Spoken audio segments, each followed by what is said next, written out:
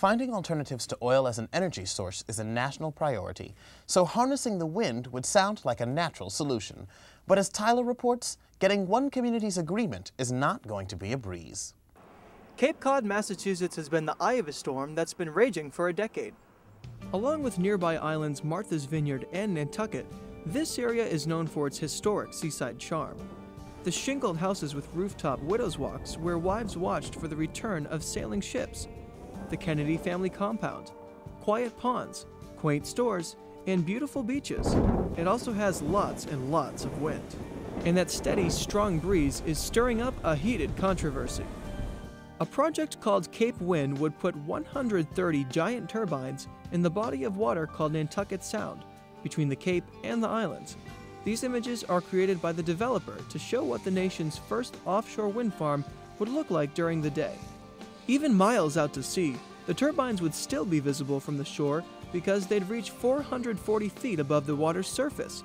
That's much taller than the Statue of Liberty. You're going to see a power plant. You're basically going to see a huge stretch of 40-story buildings during the day, and at night you're going to have flashing lights going on for 1 second, off for 2. You're essentially constructing a huge city skyline in the center of Nantucket Sound. Audra Parker is the passionate spokesperson for the Alliance to Protect Nantucket Sound. That's the group that has been fighting Cape Wind, along with local Native American tribes and many others for more than a decade. Why are you against the wind farm? Because it absolutely doesn't make sense in Nantucket Sound. This is only a site that was picked to maximize profit with no regard for the tribes, no regard for the public, no regard for the fishermen here. For the developer side of the story, we talked to Mark Rogers. He says wind power is an idea whose time has come again. The Cape and Islands have a long history of using windmills back in the day. There were once 1,000 windmills here, and by using today's modern wind turbines to make electricity, we can have cleaner air, we can create good jobs for the young people here that pay well, and also mitigate climate change. After the Gulf oil spill disaster, the need for cleaner energy sources became even more urgent. That's something we all can agree on. We really need more clean energy, and I think wind farms are a perfect way to do it. But it's easy to see why so many people want to protect the natural beauty of this horizon. Everyone supports renewable energy, that's a no-brainer, but only in places where it makes sense, only appropriate locations that don't have the conflicts that this one poses. One conflict is whether the wind farm will interfere with navigation for boats and air traffic. It would really be a danger to public safety, and both ferry lines and all 3 airports on Martha's Vineyard, in Nantucket, and on Cape Cod on the mainland oppose the project because of risks to safety for their passengers and the pilots. Do you think that the new form of energy is going to be a danger to navigation? We've already been approved by the 2 agencies in this country in charge of making sure that there's safe navigation. Mark also points to support from national environmental organizations, such as the Sierra Club and the Audubon Society.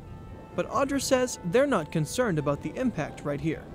They're not the ones that are going to bear the cost of this project. They're not the ones that are going to have to endure the public safety risk. They're not the ones that are going to experience a decline in tourism from an area that is heavily dependent on that. They've got a national agenda and no local stake. Another issue is the cost of wind power. Offshore turbines have huge underwater power plants. The blades turn a copper coil inside a big magnet, which creates a charge that is carried under the seabed to connect to the electric system on shore. That's expensive to build and maintain. And even Cape Wind supporters say that electric bills will go up. So what would you tell somebody who's concerned about the electricity being produced, being too expensive? Well, what's too expensive is fossil fuels, where we've seen prices go up so dramatically so quickly, and we don't know what the future's going to hold. At least with Cape Wind's prices, we know it's predictable. Offshore wind farms are already producing power around the world, from Denmark to China.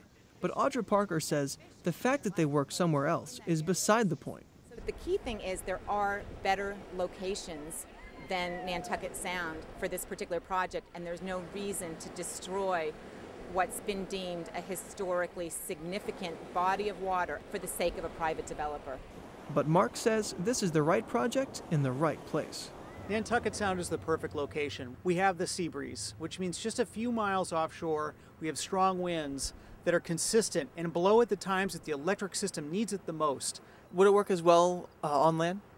Many times what we see is land-based wind projects aren't producing when the electric system needs it the most, and those hot summer afternoons.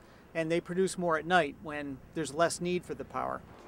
After a decade of fierce debate, in April 2010 the federal government approved the project, but opponents vowed to continue their fight in court. Wind power has long been a fact of life on land, from old-fashioned windmills from years gone by to vast fields filled with thousands of modern turbines churning out power, as you see here in California.